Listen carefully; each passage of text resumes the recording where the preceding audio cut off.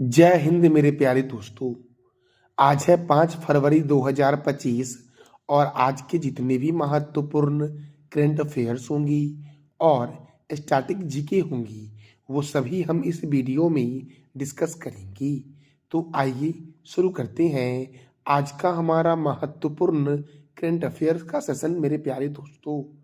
पहला प्रश्न है, भारतीय रेलवे ने निवार्ध यात्रा के लिए स्वरेल सुपर ऐप कब लॉन्च किया है? देखो दोस्तों, भारतीय रेलवे के द्वारा स्वरेल सुपर ऐप लॉन्च किया गया है और ये कब लॉन्च किया गया है? तो 31 जनवरी 2025 को लॉन्च किया गया है मेरे प्यारे दोस्तों। अब भारतीय रेलवे देखो, तो भारतीय रेलवे के दोस्तों कितने मंडल है? 18 मंडल दोस्तों है और 18वां मंडल जो है ये दक्षिण तटीय रेलवे है। तो उस 18वें मंडल के हेडक्वार्टर के बारे में आज हम जानेंगे। जैसे कि पूर्व रेलवे का हेडक्वार्टर है कोलकाता में, पश्चिम रेलवे का हेडक्वार्टर मुंबई चर्च गेट है, उत्तर रेलवे का हेडक्वार्टर नई दिल्ली, दक्षिण रेलवे का हेडक्वार्टर चेन्नई, मध्य रेलवे का हेडक्वार्टर मुंबई, दक्षिण तटीय रेलवे का हेडक्वार्टर भुवनेश्वर, पूर्वोत्तर रेलवे का हेडक्वार्टर गोरखपुर, पूर्व मध्य रेलवे का हेडक्वार्टर हाजीपुर, पश्चिम मध्य रेलवे का हेडक्वार्टर जबलपुर, उत्तर पश्चिम रेलवे का हेडक्वार्टर जयपुर में है और जयपुर को बोलते हैं पिंक सिटी। उत्तर मध्य रेलवे का हेडक्वार्टर दोस्तों इलाहाबाद में है अर्थात प्रयागराज। उत्तरी पूर्वी सीमांत रेलवे का हेडक्वार्टर मालेगांव, दक्षिण पूर्व रेलवे का हेडक्वार्टर कोलकाता, दक्षिण पश्चिम रेलवे का हेडक्वार्टर हुबली में है, दक्षिण मध्य रेलवे का हेडक्वार्टर सिकंदराबाद, दक्षिण पूर्व मध्य रेलवे का हेडक्वार्टर बिलासपुर है, कोलकाता मेट्रो रेल का हेडक्वार्टर कोलकाता में है और दक्षिण तटीय रेलवे का हेडक्वार्टर विशाखापट्टनम में है मेरे प्यारे दोस्तों।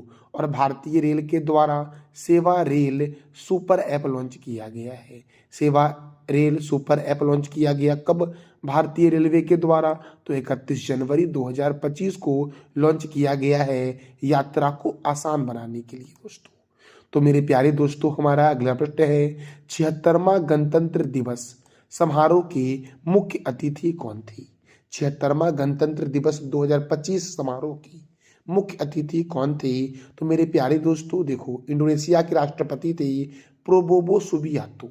कौन थे 76वें गणतंत्र दिवस समारोह के मुख्य अतिथि? तो इंडोनेशिया के राष्ट्रपति प्रोबोवो सुबियांतो थे दोस्तों देखो, इस बार का जो थीम था 2025 का गणतंत्र दिवस का, वो थीम क्या था? स्वर्णिम भारत, विरासत और विकास। और दोस्तों 2024 का थीम क्या था?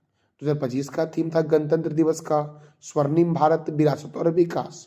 तो 2024 का थीम था विकसित भारत और भारत लोकतंत्र की मातृका। ये थीम था 2024 में आयोजित गणतंत्र दिवस का। अच्छा, इंडोनेशिया के कौन से ऐसे राष्ट्रपति थे जो पहली बार भारत आए थे गणतंत्र दिवस में मुख्य अतिथि के रूप में? तो उनका नाम था सुकर्णो दोस्तों। क्या नाम था? सुकर्णो। ये जो आए थे सुकर्णो 1950 में मुख्य अतिथि के रूप में आए थे दोस्तों, पहली बार इंडोनेशिया के राष्ट्रपति दोस्तों। 2024 में कौन आए थे? तो भारत के राष्ट्रपति इमैनुअल मैक्रोन आए थे। 2023 में मिस्र के राष्ट्रपति अब्दुल फतह अल सीसी आए थे मुख्य अतिथि के रूप में गणतंत्र दिवस पर। तो याद रखना, 2023 में मिस्र के राष्ट्रपति अब्दुल फतह अल सीसी आए थे। 2024 में फ्रांस के राष्ट्रपति दोस्तों इमैनुअल मैक्रोन आए थे। और 2025 में कौन आए हैं मेरे प्यारे दोस्तों? 2025 में इंडोनेशिया के राष्ट्रपति प्रोबोवो सुबियांतो आए हैं। तो इंडोनेशिया की राजधानी है जकार्ता और इंडोनेशिया की जो प्रस्तावित राजधानी है ये है नूर संतारा। याद रखना, इंडोनेशिया की जो नई राजधानी बनेगी ये नूर संतारा बनेगी। इंडोनेशिया की नई राजधानी क्या बनेगी? नूर संतारा। और इंडोनेशिया के वर्तमान में राष्ट्रपति कौन है? Prabowo Subianto. इंडोनेशिया की सेना ने कर्तव्य पथ पर परेड में हिस्सा लिया। पहली बार प्रलय मिसाइल का प्रदर्शन किया गया 76वें गणतंत्र दिवस 2025 में मेरे प्यारे दोस्तों। तीनों सेनाओं अर्थात ट्राई सर्विस की संयुक्त झांकी का प्रदर्शन पहली बार किया गया जिसका विषय था सख्त और सुरक्षित भारत। क्या थीम था दोस्तों? सशक्त और सुरक्षित भारत थीम था। तीनों सेनाओं की संयुक्त झांकी का प्रदर्शन का दोस्तों। झांकियों ने जो हिस्सा लिया था, जिसे 15 राज्य और यूनियन टेरिटरी और 16 मंत्रालय ने 76वें गणतंत्र दिवस 2025 में हिस्सा लिया था। याद रखना बहुत ही महत्वपूर्ण है कि 76वें गणतंत्र दिवस 2025 में कितने राज्य और यूनियन टेरिटरी ने हिस्सा लिया, तो 15 राज्य और केंद्र शासित प्रदेश ने हिस्सा लिया और 16 मंत्रालय ने हिस्सा लिया। प्रथम स्थान पर उत्तर प्रदेश की झांकी ने दोस्तों प्रथम अवार्ड लिया। उत्तर प्रदेश की झांकी को पहला अवार्ड दिया गया और उत्तर प्रदेश की झांकी का जो विषय था वो था महाकुंभ 2025 स्वर्णिम भारत विरासत और विकास। ये था उत्तर प्रदेश की झांकी का थीम मेरे प्यारे दोस्तों। अच्छा मेरे प्यारे दोस्तों, दूसरे स्थान पर कौन आया, तो त्रिपुरा आया, जिसका विषय था शाश्वत श्रद्धा। त्रिपुरा में 14 देवताओं की पूजा, खर्ची पूजा दोस्तों यही होती है। देखो अब सर्वश्रेष्ठ मर्चिंग रिपब्लिक का पुरस्कार किसने जीता है, तो भारतीय सेना की जम्मू कश्मीर राइफल्स लाइन ने सर्वश्रेष्ठ मर्जिंग रिपब्लिकन का पुरस्कार जीता है 76वें गणतंत्र दिवस 2025 में। माई गवर्नमेंट पोर्टल पर नागरिकों द्वारा लोकप्रिय पसंद श्रेणी में झांकियों में कौन प्रथम आया, तो गुजरात की थी, इसका विषय था स्वर्णिम भारत विरासत और विकास। उत्तर प्रदेश था दूसरे स्थान पर, महाकुंभ 2025 स्वर्णिम भारत विरासत और विकास दोस्तों।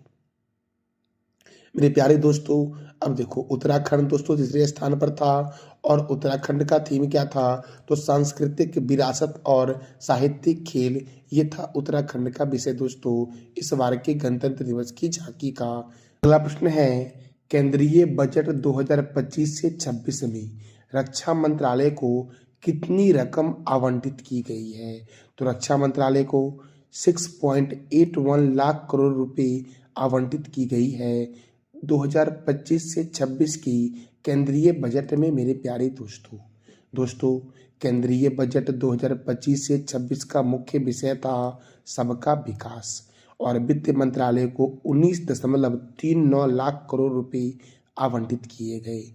रक्षा मंत्रालय को 6.81 लाख करोड़ आवंटित किए गए और बिना पेंशन की 5.20 लाख करोड़ रुपए रक्षा मंत्रालय को केंद्रीय बजट 2025 से 26 में आवंटित किए गए। सड़क परिवहन और राजमार्ग मंत्रालय को 2.87 लाख करोड़ रुपए आवंटित किए गए। रेल मंत्रालय को 2.55 लाख करोड़ दोस्तों। देखो गृह मंत्रालय को 2.33 लाख करोड़, उपभोक्ता मामले खाद्य और सार्वजनिक वितरण मंत्रालय को 2.15 लाख करोड़, ग्रामीण विकास मंत्रालय को 1.90 लाख करोड़, रसायन और उर्वरक मंत्रालय को 1.61 लाख करोड़, कम्युनिकेशन मंत्रालय को 1.08 लाख करोड़ आवंटित किए गए। कृषि और किसान कल्याण मंत्रालय को 1.37 लाख करोड़, शिक्षा मंत्रालय को 1.28 लाख करोड़। देखो स्वास्थ्य एवं परिवार कल्याण मंत्रालय को 99.85 हजार करोड़ दोस्तों। आवास और शहरी मामलों के मंत्रालय को 96.77 लाख हजार करोड़ दोस्तों। आवास और शहरी मामलों के मंत्रालय को जो आवंटित किया गया है केंद्रीय बजट 2025 से 26 के दौरान राशि वो है 96.77 हजार करोड़। महिला एवं बाल विकास मंत्रालय को 26 हजार करोड़, खेल और युवा कल्याण मंत्रालय को 3.74 हजार करोड़ आवंटित किए गए हैं। जल शक्ति मंत्रालय को 99 हजार करोड़, एटॉमिक एनर्जी विभाग को 24 हजार करोड़, आयुष्मान मंत्रालय को 3.99 हजार करोड़। वित्त मंत्री निर्मला सीतारमण ने 1 फरवरी 2025 को जो बजट की है वो 8वीं बजट पेश की वित्त मंत्री ने अपना दोस्तों। तो वित्त मंत्री निर्मला सीतारमण के द्वारा 1 फरवरी 2025 को जो बजट पेश किया गया है वो वित्त मंत्री का कौन से नंबर का बजट था, तो 8वें नंबर का बजट था। मेरे प्यारे दोस्तों बजट 2025 से 26 में किस पड़ोसी देश के लिए सबसे ज़्यादा सहायता अनुदान देने का प्रावधान है, तो भूटान को दोस्तों। और भूटान को जो दिया जाएगा अनुदान दोस्तों वो 2150 करोड़ रुपए दिया जाएगा।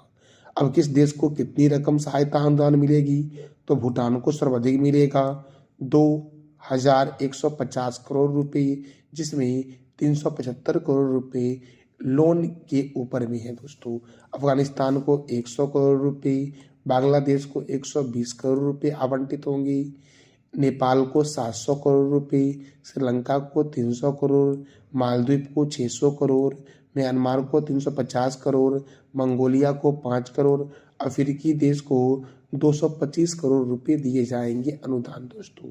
देखो दोस्तों, यूरेशियन देश को 40 करोड़, लैटिन अमेरिकी देश को 60 करोड़ रुपए, अन्य विकासशील देश को 150 करोड़, आपदा राहत दोस्तों 60 करोड़ दिया जाएगा, चराबाह बंदरगाह को दिया जाएगा 100 करोड़, मॉरिशस को 500 करोड़ रुपए के रूप में दिया जाएगा। वित्त मंत्री ने विकसित भारत के व्यापक सिद्धांतों का उल्लेख किया, जिसमें इन्होंने 6 सिद्धांत दिया।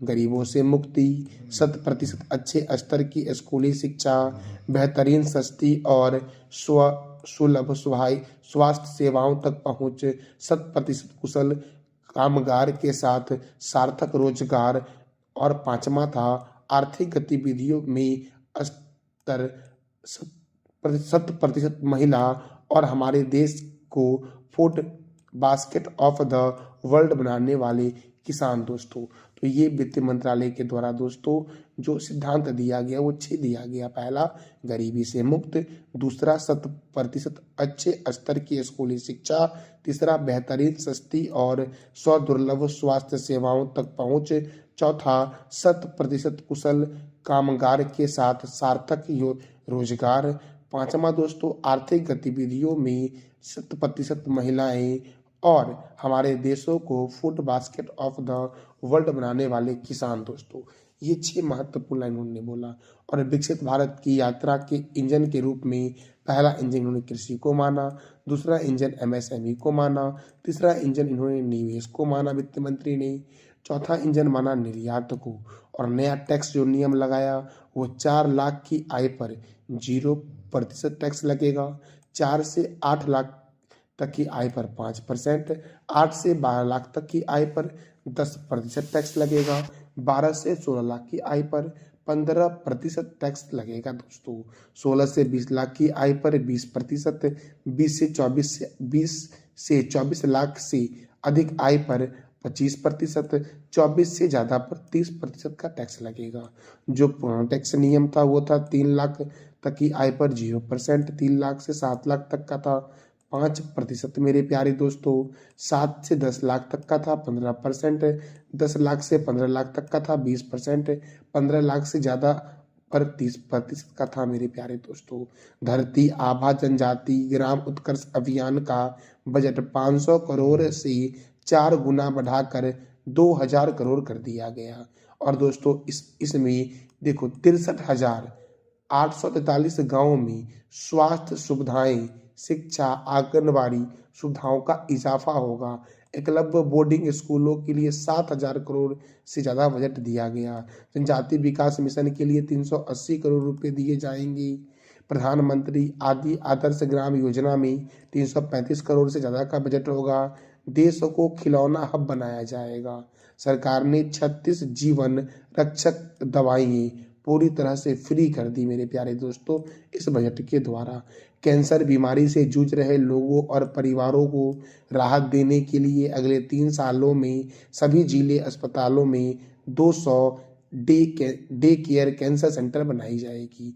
किसान क्रेडिट कार्ड के लिए लिमिट 3 लाख से बढ़ाकर 5 लाख रुपए कर दिए गए इस बजट के द्वारा। डेयरी और मछली पालन के लिए 5 लाख रुपए तक का लोन दिया जाएगा। इस बजट में यह भी घोषणा किया गया। अगला प्रश्न है दोस्तों, केंद्रीय बजट 2025 से 26 में किस राज्य में मखाना बोर्ड बनाने का ऐलान किया गया है? तो बिहार में मखाना बोर्ड बनाया जाएगा, ऐसा ऐलान किया गया है। केंद्रीय बजट 2025 से 26 में दोस्तों बिहार को क्या क्या दिया गया है इस बजट के दौरान? तो Makhana board, National Institute of Food Technology, IIT Patna का विस्तार होगा, 3 एयरपोर्ट दोस्तों डेवलप किए जाएंगे जिसमें एक नया है और 2 का विस्तार होगा। और पश्चिम कहर कोसी नहर परियोजनाओं को भी दोस्तों इसको भी बढ़ाया जाएगा इस बजट के दौरान दोस्तों। देखो, अब बजट स्टैटिक पॉइंट क्या बनते हैं, तो बजट तो दोस्तों है ना, ये फ्रेंच के बुगेट शब्द से बना हुआ है, जिसका अर्थ है चमड़े का थैला। बजट का प्रारंभ जो किया गया था वो इंग्लैंड में किया गया था। Father of budget in India कौन है, अर्थात भारत में बजट के जन्मदाता कौन है, तो जेम्स विल्सन है। प्रथम बजट जो भारत में पेश किया गया था वो कब पेश किया गया था, और दोस्तों तो 18 फरवरी 1860 को किया गया था। और स्वतंत्र भारत का पहला बजट 26 नवंबर 1947 को किया गया था। स्वतंत्र भारत का पहला बजट जो पेश किया गया था ये आर सन्मुखम चेट्टी के द्वारा किया गया था। गणतंत्र भारत का पहला बजट जॉन मथाई ने 1950 में पेश किया था। शून्य आधारित बजट सर्वप्रथम राजीव गांधी के द्वारा पेश किया गया था और अंतरिम बजट को सर्वप्रथम मोरारजी देसाई ने पेश किया था। शून्य आधारित बजट के जनक कौन है, तो पीटर ए पॉयर है। रेल बजट को आम बजट से अलग किया गया था एकवर्त समिति की सिफारिश पर। मेरे प्यारे दोस्तों, रेल बजट को आम बजट से अलग किया गया था किस समिति की सिफारिश पर, तो एकवर्त समिति की सिफारिश पर। दोस्तों जो रेलवे है दोस्तों, बजट जो है बजट किस सूची में आता है, समवर्ती सूची में आता है। और बजट का दोस्तों देखो, संविधान में बजट शब्द का उल्लेख नहीं किया गया है, बजट के जगह वित्तीय विवरण का उल्लेख किया गया है अनुच्छेद 112 में। पहले लोकसभा में फिर राज्यसभा में बजट पेश किया जाता है। मेरे प्यारे दोस्तों, रेल बजट को आम बजट से अलग किया गया था 1924 से 25 भी। बजट किस प्रकार का लेख पत्र है, तो सरकार की राजकोषीय नीति का लेख पत्र है। बजट का राजस्व अनुमान कौन तैयार करता है, वित्त मंत्रालय। रेल बजट को आम बजट के साथ प्रस्तुत करने का जो सुझाव दिया था वो विवेक देवराज समिति के द्वारा दिया गया था, रेल बजट को आम बजट के साथ प्रस्तुत करने का सुझाव। और वर्तमान में रेल बजट और आम बजट दोनों साथ साथ पेश होता है।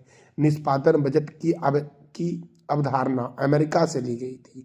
पूछा गया यह प्रश्न कई बार कि निष्पादन बजट की अवधारणा किस देश से ली गई, तो अमेरिका से।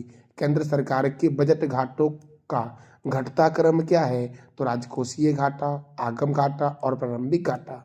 शून्य आधारित बजट का अन्य नाम क्या है, सूर्यास्त बजट। दोस्तों प्रधानमंत्री रहते हुए बजट जो पेश करने वाले प्रधानमंत्री थे वो कौन कौन थे, तो जवाहरलाल नेहरू थे, राजीव गांधी थे और इंदिरा गांधी। दोस्तों तो याद रखना, प्रधानमंत्री रहते हुए बजट पेश करने वाले जो थे वो कौन कौन थे, तो जवाहरलाल नेहरू, राजीव गांधी और इंदिरा गांधी।